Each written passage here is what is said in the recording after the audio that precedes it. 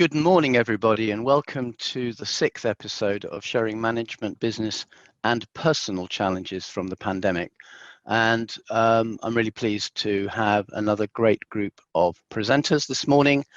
Francesca, you will obviously remember from previous episodes, but we have 3 new people and really looking forward to hearing their thoughts and energy as we go through today's session.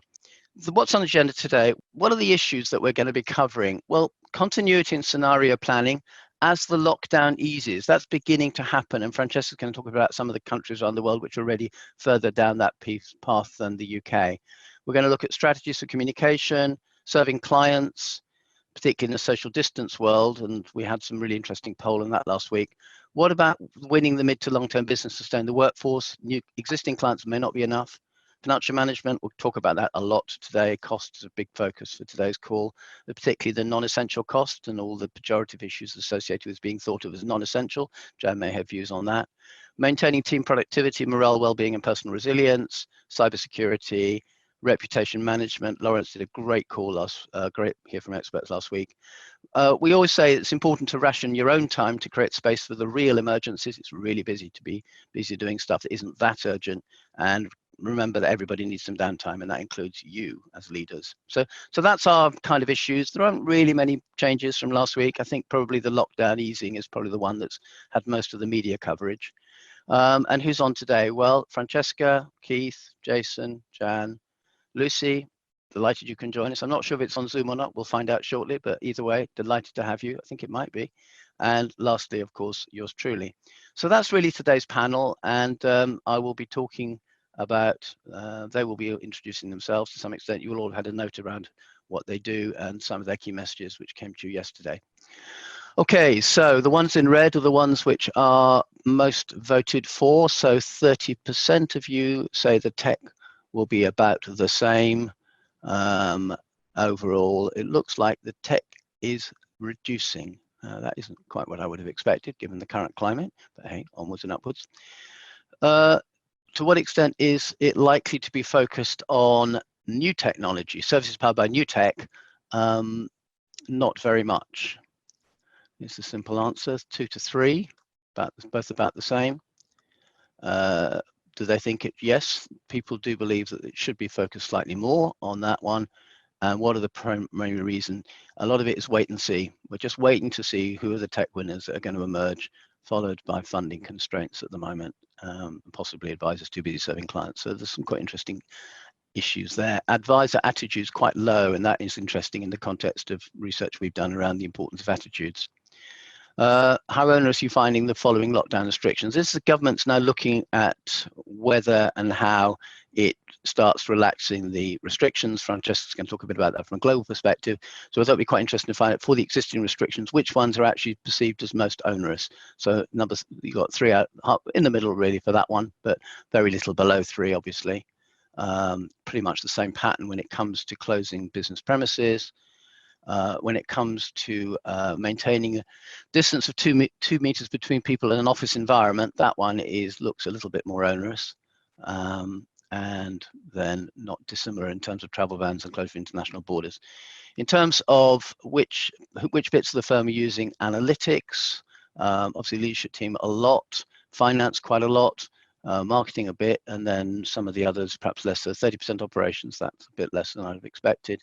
And in terms of which bits of the business model is being impacted the most by either positively or negatively, I don't know why negatively disappeared, never mind, but the revenue model is the one that is being found there.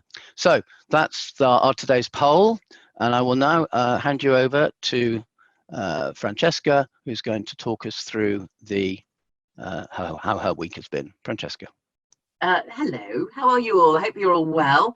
I think this is week 6, isn't it, Richard, of these events? Week 6.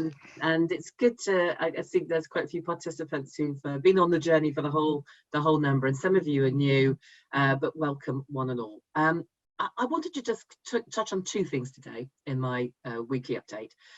First is around how are people coping with managing financial issues, and the second piece is around whatever the new normal might prove to be when we come out of this strange, weird lockdown moment. Let's start with the money piece.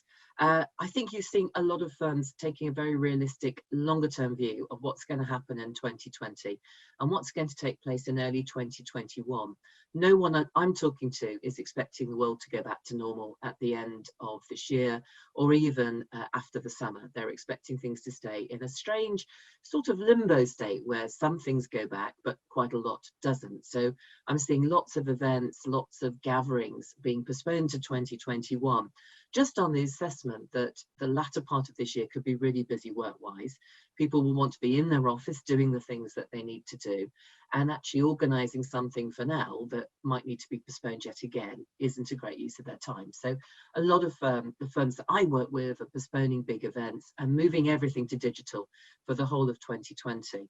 For example, there was a call that our American firm did last week, and 6,000 clients turned up to that. You know, it just shows there's an appetite out there to attend digital events that are free and give an opportunity to talk about things that matter to those clients. So a lot that is still happening on those digital platforms, and everybody that I've spoken to reminds me that they've never felt more connected to both their colleagues and to their clients, simply because they're talking to them a lot more than they would previously without formal meetings. They're getting connected in a lot more frequent way. That doesn't mean that it's easy, and I know we've talked on other calls around the difficulties of people who are self-isolating, the difficulties of staying connected in a much broader sense.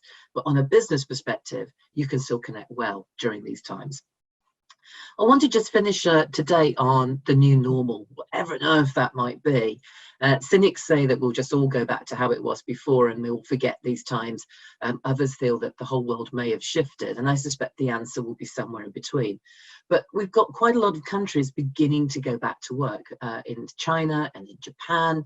And of course, a lot of America is beginning to look about becoming unlocked. And those of you who know Sweden well will know they never really fully locked down. They did lots of things that were actually more about social distancing than full lockdown. So what can you be thinking about now that will help when your territory, your country comes out of lockdown? There's some really practical things that are just around making your people feel comfortable when they go back into work.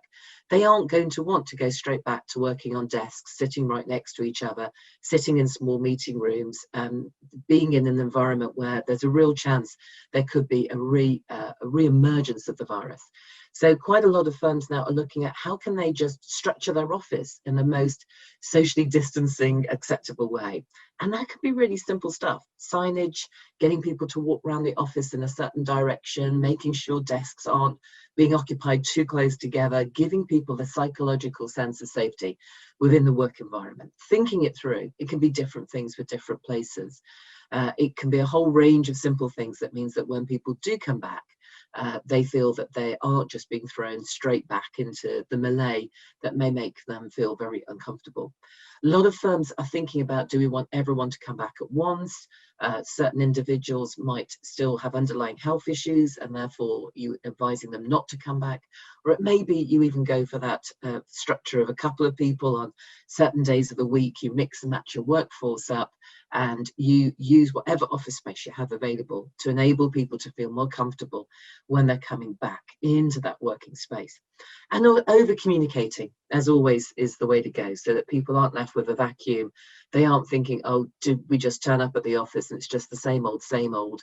A lot of people be very uncomfortable with that. So thinking that through now, when if those of you who are based in the UK, we're maybe 2, 3, even 4 weeks away from the country being back into anything that approaches a breach of the lockdown, then those are the kinds of situations where you start thinking about it now, makes it a lot easier for the future. And very last point from me, Richard, is in terms of this new normal, it's a great time to be thinking as your senior leadership teams, owners of the business, what is that? What do we want? What do we actually liked about this moment in time? If we'd known 6 months ago this was going to happen, what would we have planned for? What would we have done differently? And now we've been in it, what are we actually finding that's positive and helpful and really useful to our business? And how can we take that into the new normal? And that's the sort of thinking that I think doing that now, rather than waiting until lockdown ceases, is absolutely the right way to go. So that's me, Richard. Thank you, Francesca. That was great, as always, and I think everybody took many good nuggets from what you were saying. The next presenter is Jason Adderley from Expense Reduction Analysts, who works closely with a number of sector firms, helping them manage their cash on their expenditure effectively. Jason, over to you, sir. Thanks, Richard, and hello, everyone. Now, naturally, in the midst of lockdown, and certainly afterwards, there's going to be a keen interest on managing and reducing costs. And I'm just going to take a few minutes to outline some of the steps you ought to be taking now to prepare your firm. Firstly, and this is most importantly, get ahead of the curve with your contracts register if you have one. If you don't have one, then develop one. This isn't a time for allowing any existing arrangements to roll over with your suppliers. The way you've been using suppliers and service providers has changed dramatically in the last few weeks. What was fit for purpose a month ago may not be so now, and may not be so in the future either. And you'll need the greatest amount of contractual flexibility to aid your own agility as we emerge from lockdown. Let me give you a couple of examples of that we've been working on this week. Just in the last few days, we've helped a client avoid tripping into a £120,000 secondary rental agreement on photocopiers. And that's usually 100% supplier profit. And we've also agreed a 90-day notice period on a document storage contract rather than the 5-year rollover provided for in that contract. Now, secondly, if you can, it's now a time to try and simplify some of those supplier arrangements too. It won't surprise you to hear that non-furloughed finance operations and facilities staff are under huge day-to-day pressure just to help fee earners keep firms ticking over. And it's really important to reduce the fragmentation and address the complexity in your procurement and supply chain to give that team more bandwidth to deal with the day-to-day pressures now and when there's some sort of return to work. Thirdly, this is very important, look beyond the noise from suppliers. Some are using this situation to their commercial advantage. Don't be taken in by money-saving offers with false deadlines. We've been approached by several firms with examples of 3-month payment holidays for reprographic devices to find that this payment break's only available if the existing photocopier fleet is retained for a further 3 years on a new lease and service contract, which in all likelihood will cost you more and cause you reliability and downtime issues further down the line.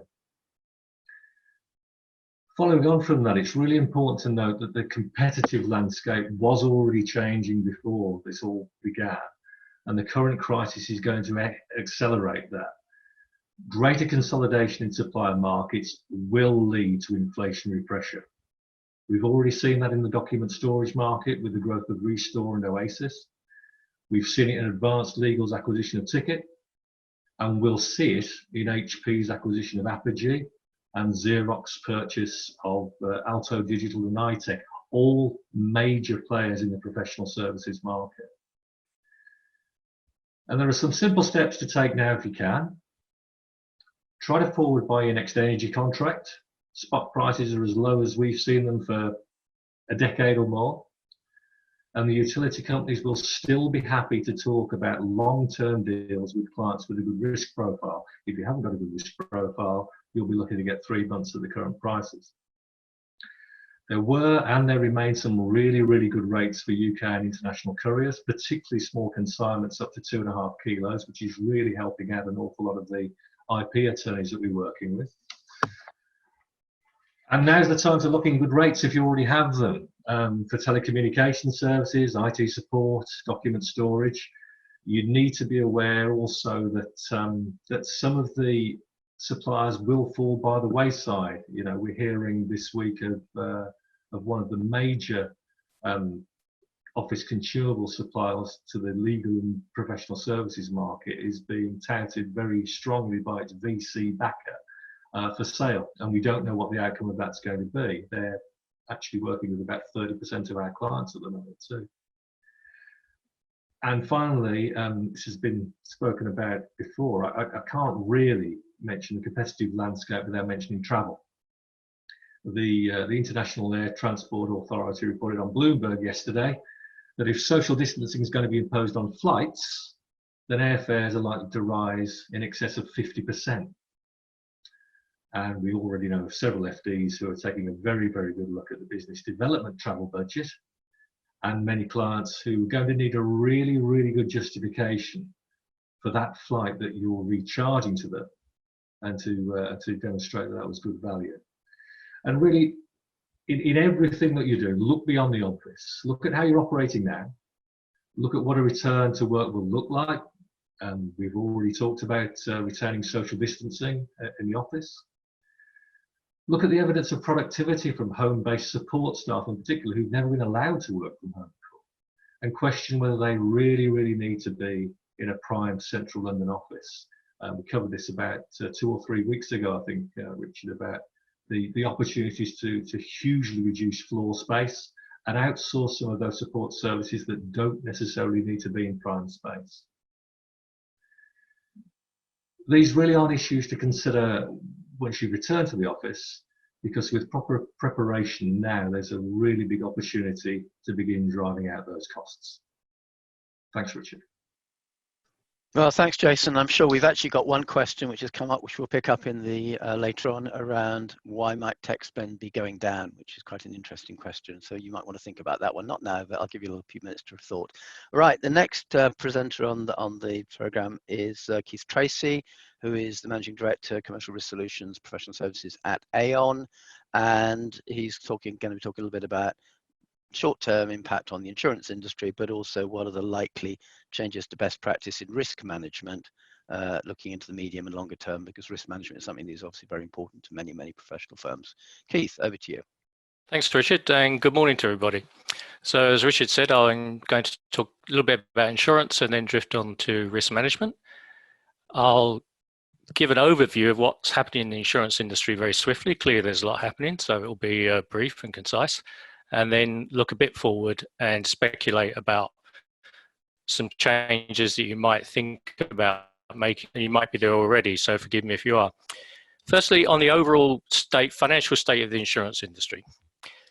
The rating agencies generally are judging this to be a manageable event. Capital is regarded as being adequate to cope with the claims that will arise from COVID.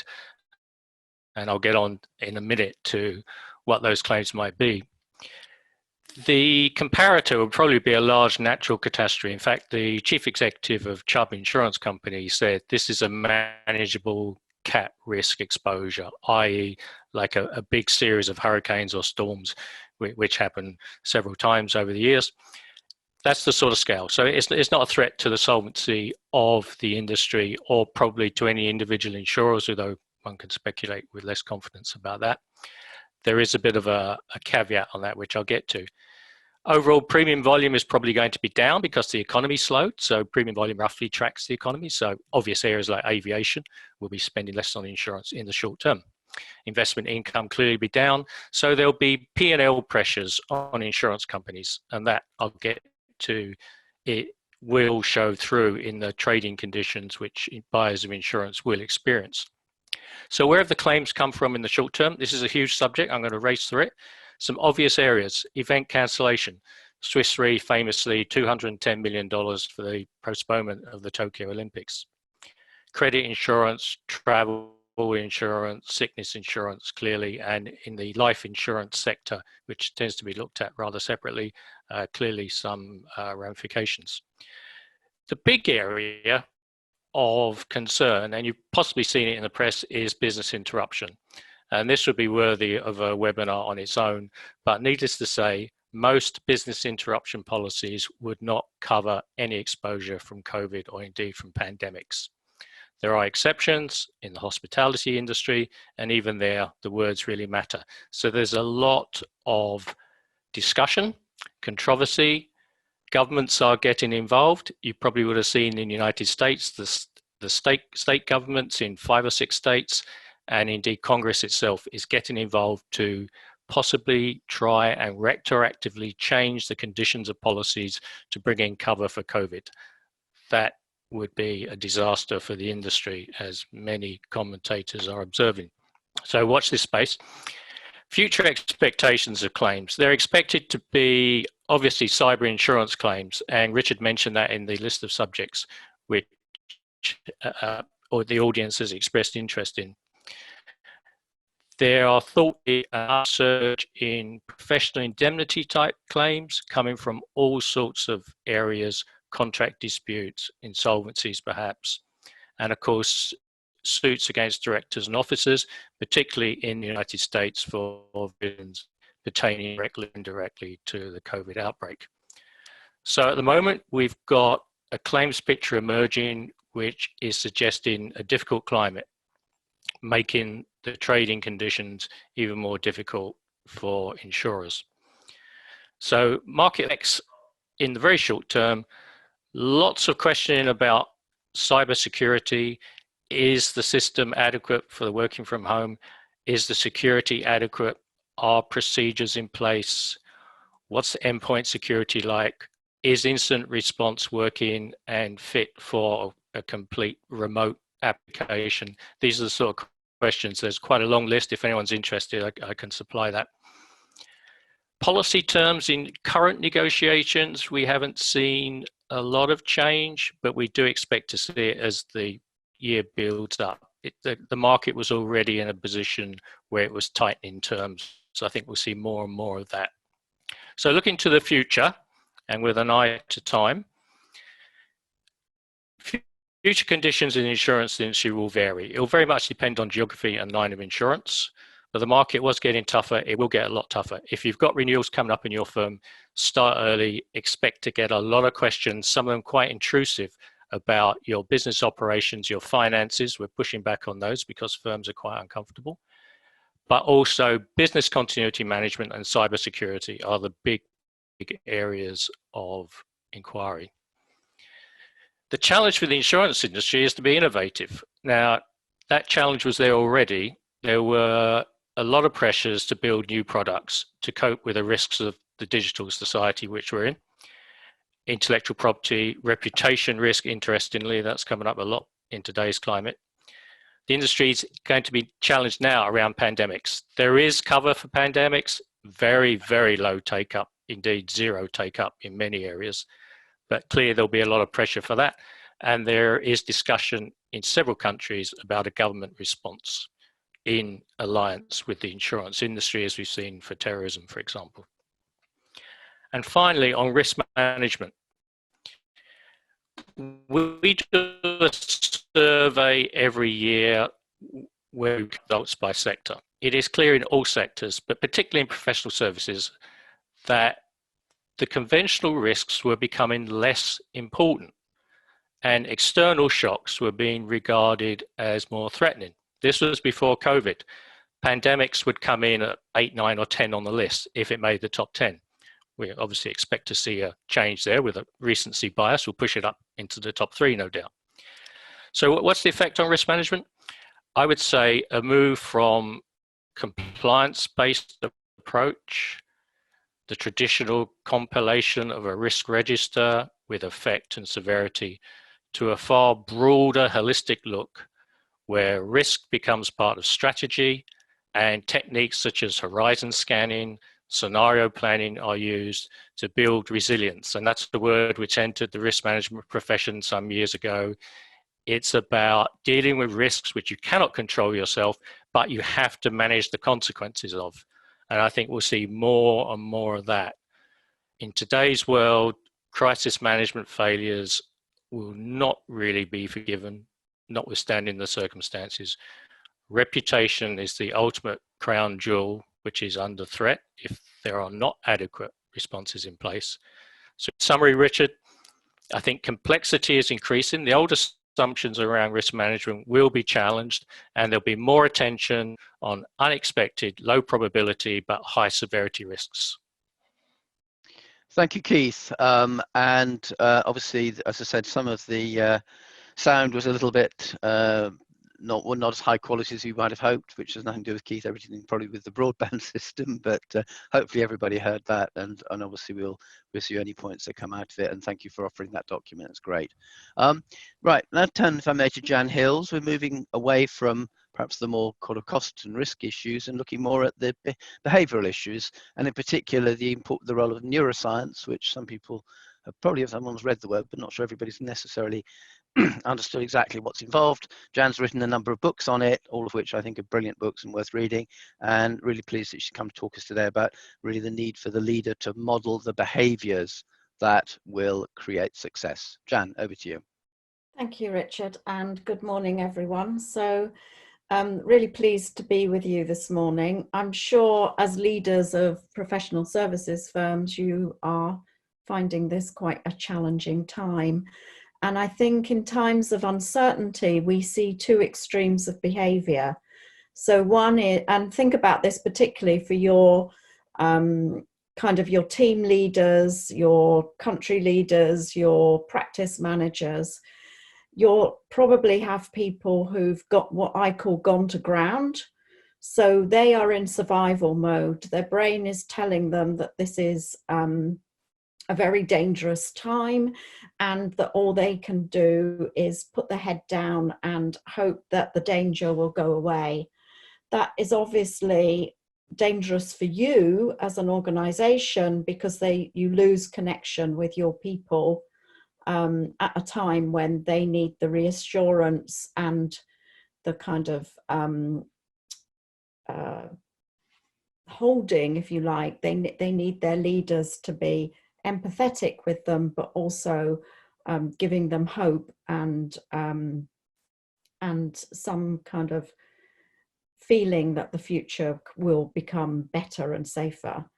The other behavior we see is like at the opposite extreme, and this is where leaders kind of step up in those challenging times and really seem to connect even more with their teams. And one of the things social neuroscience tells us is that people thrive when there are three conditions. And if as a leader, you're creating these conditions, you set yourself up in good stead for the future.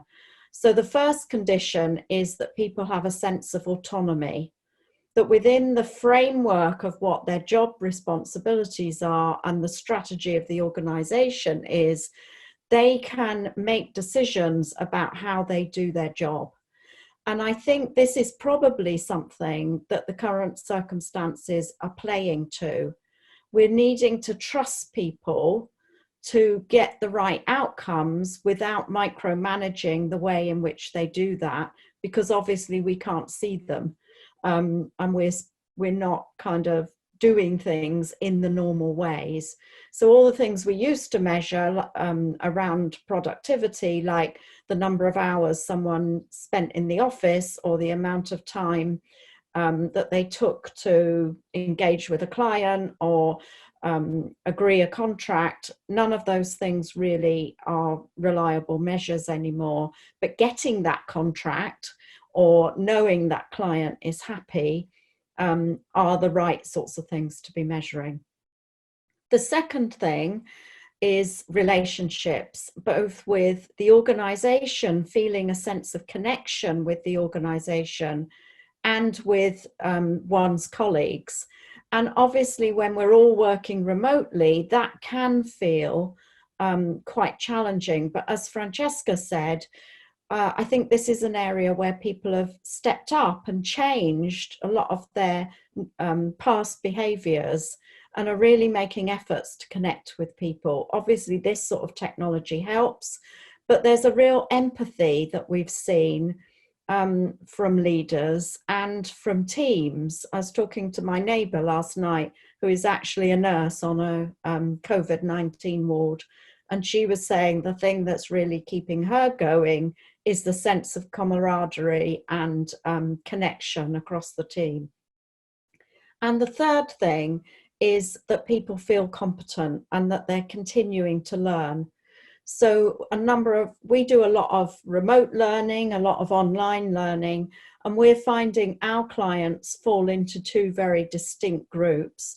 Those that are just frozen, that are just closing off any sort of development or learning for people and shutting all of that down, and those that have very quickly moved to ask us and their other providers to transfer everything that we've been doing to online learning, which is not as simple as just kind of turning up on Zoom and delivering what you used to deliver face to face, but I think does provide real opportunities for organizations to continue to develop their leaders' skills, particularly in the areas of connecting with their clients.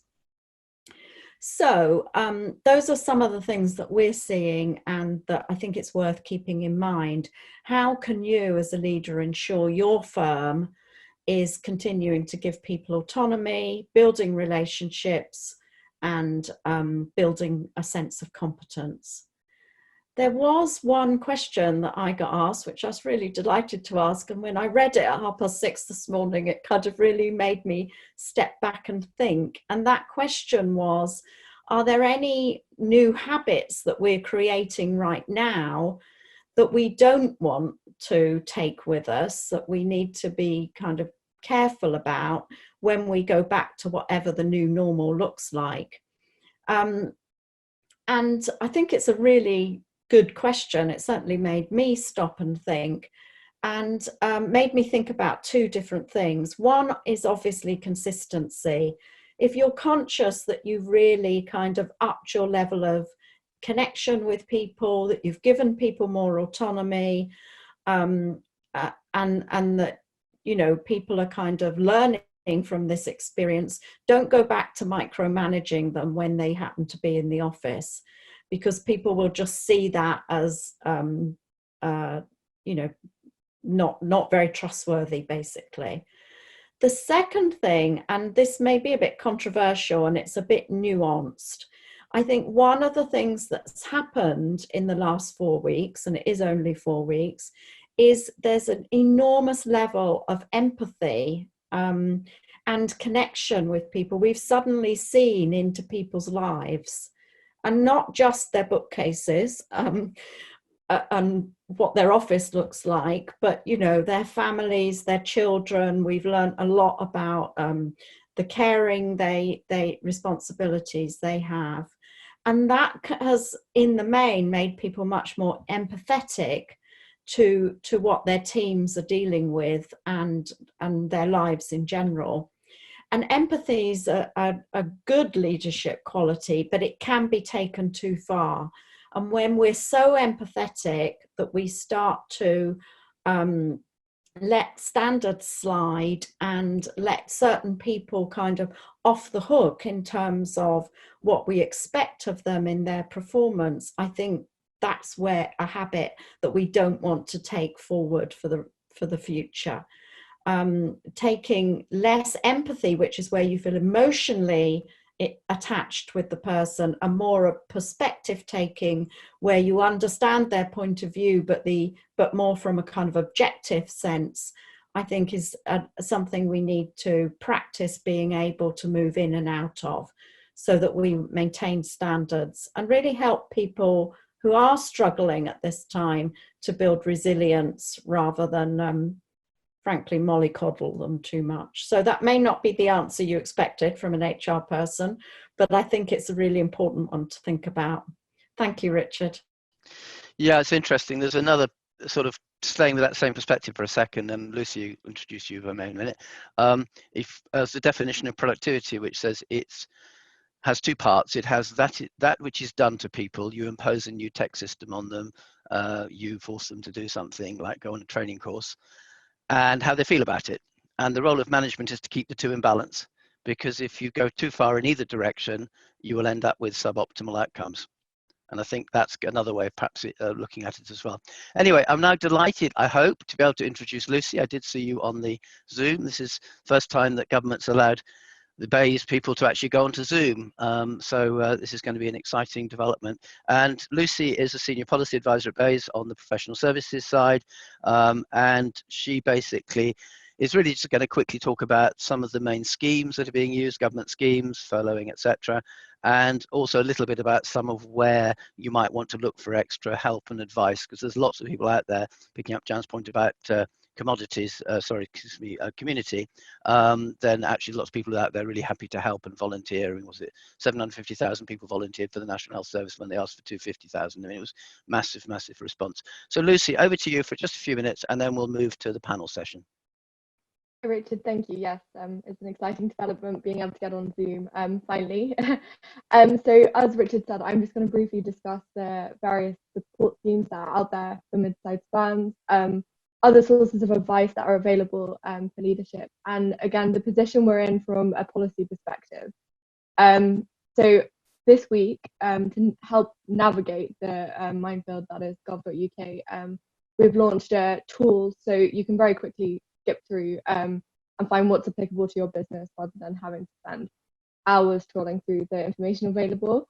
The three main schemes that are kind of relevant for mid-sized firms are obviously the job retention scheme, allowing you to claim online a grant for up to 80% for furloughed employees' wages. This is applicable for directors as well and partners. Secondly, there's the Coronavirus Business Interruption Loan Scheme, or CBIL for short, which helps small and medium-sized businesses affected by COVID-19. We're reviewing these schemes continually, so any feedback through any means through Richard, that would be great, and we can kind of feed that back to Whitehall. And then finally, there's the self-employment income support scheme. That's really relevant for members of partnerships, or if you're self-employed, allowing you to claim up a taxable grant worth 80% of trading profits, or up to a maximum of 2,500 a month. And again, these schemes completely, they're live, they're being reviewed continually. We're aware that where there may be gaps. So this is a great channel where you can kind of feedback things that are working, things might not be working. And then other sources of guidance for leadership team. A fantastic resource is the growth hubs that are found in local economic partnerships across the UK, in every region. They can provide more bespoke guidance and potentially access to further schemes. This sector is mainly London centric, but for regional businesses, this is a really rich resource. Secondly, Be the Business is a non-for-profit movement. Some of you may have heard of it. They're again a great resource. They can provide concise guidance and bespoke guidance where needed. And another source I'm going to mention is our own department produces a weekly bulletin. I think Richard gets sent the more kind of substantive version, but you can subscribe to this online, and it provides any updates, developments and reviews of schemes, and any regulatory measures we're releasing. And then where we are now, again, we still have one eye on the kind of regulatory easements and support schemes to ensure we're capturing the whole market, as we realised there were gaps on rollout. And secondly, where do we go from here? How and when we might be able to relax restrictions and lockdown, and how we can support business around a phased return. So again, any questions, issues, any points you might have, please feed that back. I can take that back to my policy team and across Whitehall. But yeah, thank you, Richard. Oh, great, Lucy. That's really helpful. And I would definitely encourage everybody to look into people like Be the Business, the Growth Hubs and others, because there's a lot of really good stuff out there, and it's just literally 2 clicks away for many of you. Right, we've got about 15 minutes left. So what I might do now, if I may, is to encourage anybody who has yet to do so to put a question in. We've had one question already, which I think Jason may have been thinking about, which is to do with tech spend and whether you have any insights as to where tech spend is going. And all the presenters can obviously see these questions.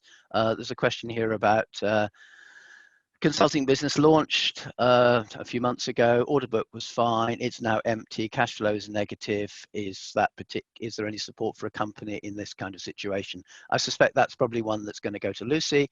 But Jason, do you have any thoughts on the first question we had around tech spend? Is that something you have any insights on? That's an interesting question, and I tend to think that the answer to it is multifaceted. The first thing is, generally, there's going to be a reduction in what you'd think of as discretionary expenditure. And there is mission critical tech, and there is discretionary tech. And I'm hoping that the particular situation that we're in right now will have helped firms to actually understand what tech is critical to the firm and what isn't. And it may be that some of the investment in that more discretionary tech goes. There's also a big issue here, Richard, about, and we find this in firms of all sizes, about the capability of existing tech and how much firms are using of that functionality. And it's really not uncommon, particularly when you go into a multi-site organization that have grown through merger and acquisition, to find that there's a whole heap of tech expenditure which is duplicating other functionality. So there may be a general move to reduce and pull the oars in on all expenditure, including tech. But this is another great time to actually look at the functionality of what you've already got and to see whether you're actually using it for anything like its capability. I mean, the easiest example of that is print management software. Print management software, if you use it to its ultimate degree, is absolutely fantastic. It's superb. But the vast majority of clients that we go to see use it for follow me print, and that's about it. And they're massively overpaying for a solution if that's all they're doing. And I think finally, the other thing that we need to bear in mind is that we've all discovered free tools and cheap tools in the last month or so. And it may well be the fact that things that you were spending an awful lot of money on before, you find need to, because you've got Zoom, you've got Teams, you've got all of these that are free or much cheaper than a bespoke solution for a firm. So I think it's a multifaceted answer to it. Yeah, you and I were talking about a firm which you went to and their photocopier did 50 copies a year. That's a good example, isn't it? Does anybody else want to... Fortunately, that client isn't on the call. It's all good fun. It's all right. I would never say who they are anyway. It's all fun. But that's not an unusual situation. Francesca, do you have any thoughts on this tech expenditure aspect? Yeah, it is quite interesting, and it's really hard to gauge whether it's a reflection of the fact that a lot of tech spend happened in the early part of the pandemic, and now it's reduced. People are feeling they've found other ways or different solutions, and perhaps the need to get other things at this moment in time is less pressing than other issues. Or whether it is a symptom of the fact that people are a little bit worried about how cash flow is going to go, and some tech can be mighty expensive and don't want to make that commitment right now to see how the world is going. But I think the point that Jason was making is absolutely spot on. Not all tech is expensive. A lot of tech is free. And what do you really need to keep the wheels of your business going? You may have pre-pandemic had massive capital expenditure plans, and you're now revisiting them going, well, actually, we can find another way of doing things or a better way of doing things. So there's probably an awful lot of pragmatism coming into that poll result as well, I suspect. Great. Does anybody else on the panel want to pick up that topic? Just sort of, again, thinking aloud here, but there's going back to the poll from, I think it was 2 weeks ago, we looked at the whole issue of being competitive in the future and the extent to which new technologies would be part of that piece. And there's a very clear evidence from the vacancies at the moment that the tech development companies are scaling up and putting a lot of investment into their new products. At the same time, professional services firms are almost sort of not hiring as much because it's much harder to onboard, much easier to onboard tech people than it is to onboard a professional advisor. So you could argue, and this is a view I've seen, that the pandemic will have the effect of accelerating the tsunami of AI, if I can use that rather simple term. Actually, what does that mean in practice? Are we then, in focusing on the short term and making sure the infrastructure works for home working, etc., are we actually neglecting the need to invest sufficiently in the new ways of working in order to be then competitive in the future? I wonder if anyone has any views on that issue. I agree, Richard. I think there's a conflict here, isn't there, between short-term need to cut expense, preserve cash, be wary of capital expenditure. And this theory, which I think is more than a theory, that this crisis will accelerate all the trends which were taking place and has done already in terms of technology. So there will be a need for increased technology expenditure, no question. Mobile technology, working from home is now clearly, relatively speaking, a more important feature of our lives, but also security. We had one client which immediately implemented an additional layer of endpoint security right at the outset of the crisis. So there's got to be more expenditure in technology. It's just a question of timing. Jan, do you have any thoughts on, I know technology probably isn't necessarily your area, but at the end of the day, we always think with technology, the key issue is adoption, not the technology itself. Do you have any thoughts on, in terms of the neuroscience around helping the leaders who want to adopt technology and perhaps the barriers are less than they were before, and how might you manage that? Yeah, I think that's a really good point, Richard. I mean, one of the things that I think we've seen really clearly in the last 4 weeks, that the myth of change is hard has surely been broken. And if we can change in the ways we have in the last few weeks, we can adopt that into our organizations and adoption of technology. I mean, we've seen 80, 90-year-old grandmothers on Zoom having quizzes and connecting with their families. And this assumption that it's hard to introduce new technology or it's hard to get people to change the way they work is not proved itself to be the case. So my kind of message would be, dump your old habits of thinking about change and actually look at the evidence that's in front of you now and use that to unpick some of the things that made it easy for us to adopt these new ways of working, particularly technological ones, and say, how do we build that in to how we introduce technology in the future? And that's mainly around simplicity and an understanding from the end user of what's in it for me. If you get those things right, people tend to adopt quite easily. Richard, I think that's a very good point, actually. And coming back to what Jan's just said there, what's in it for me is absolutely crucial in the adoption of anything at all. And I am hoping that the resistance to change that we've found across whole areas within professional services, the barriers are going to start reducing quite substantially. I think there's almost been a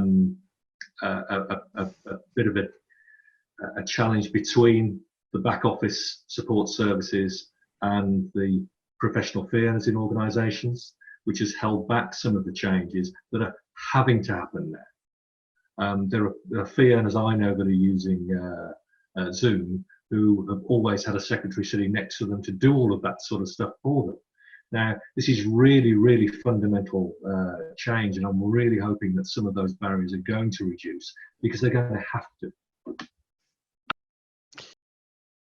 There's a kind of very simple analogy which I came across years ago, which I really quite like, which is that in these tough times, you can tell your partners to paint their doors pink, and they will wait about a month before they ask you why. But make sure you have the right why.